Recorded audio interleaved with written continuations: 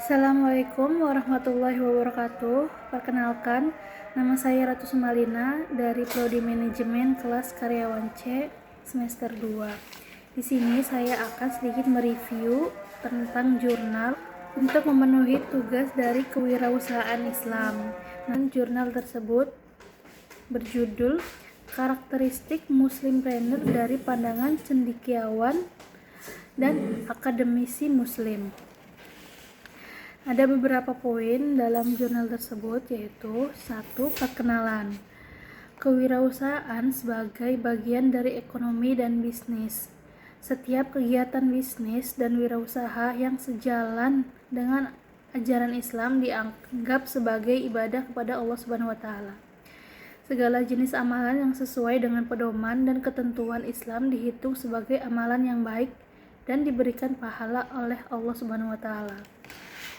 Yang kedua adalah Islam dan etika. Etika meliputi karakter, perilaku, prinsip, moral yang mempengaruhi perilaku dan nilai-nilai yang dipercaya oleh individu atau kelompok. Pembahasan etika Islam merupakan bagian dari kerangka pembahasan akhlak. Akhlak adalah istilah untuk menggambarkan etika seorang muslim. Akhlak tertanam dalam jiwa setiap individu dan tercermin melalui perbuatannya. Penerapan nilai-nilai etika yang berpedoman pada falsafah tauhid akan memberikan ukuran sistem nilai universal yang harus dianut oleh setiap manusia. Dengan demikian, pembentukan etika wirausaha muslim juga dilandasi oleh nilai-nilai akhlak. Pengusaha muslim terikat pada konsep hubungan dengan Allah, hubungan dengan orang lain, dan hubungan dengan lingkungan. Ketiga hubungan ini akan menghasilkan nilai-nilai etika pengusaha muslim yang meliputi takwa, kasih sayang, amanah, dan lain-lain. Yang ketiga, Islam dan kewirausahaan. Ada berbagai definisi yang dikemukakan tentang wirausaha. Ini termasuk individu yang terlibat dalam suatu perusahaan atau bisnis baru, mendirikan bisnis baru siap menghadapi semua risiko dan menemukan cara baru untuk menggunakan sumber daya secara optimal dan menciptakan lebih banyak kesempatan kerja. Ciri-ciri khusus wirausahawan sukses seperti disiplin, keinginan untuk sukses, berorientasi pada tindakan, berorientasi pada tujuan, dan memiliki tingkat energi yang tinggi. Yang keempat adalah metodologi. Data yang digunakan untuk penelitian ini dikumpulkan melalui pendekatan kualitatif. Serangkaian wawancara semi terstruktur dilakukan dengan cendekiawan dan akademisi muslim untuk mendokumentasikan pandangan mereka terhadap karakteristik muslimpreneur.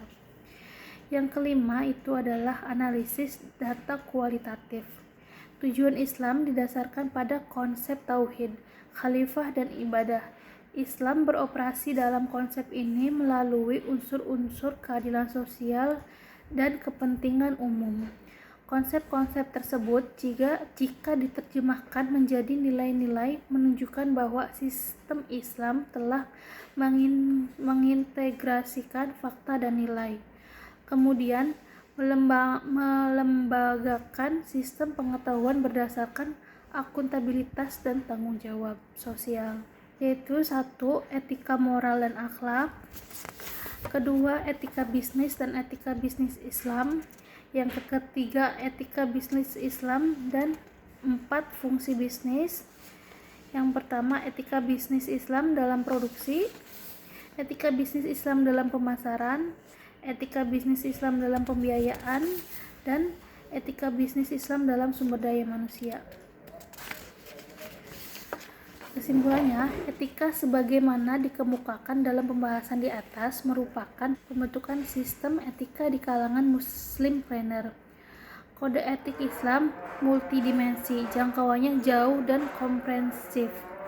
Kerangka etika Islam berulang kali ditekankan di seluruh Al-Quran dan Al-Hadis dan mencakup semua bidang kehidupan termasuk urusan dan kewajiban keuangan bisnis. segitu saja yang dapat saya review dari jurnal ini. Kurang lebihnya saya minta maaf. Wassalamualaikum warahmatullahi wabarakatuh.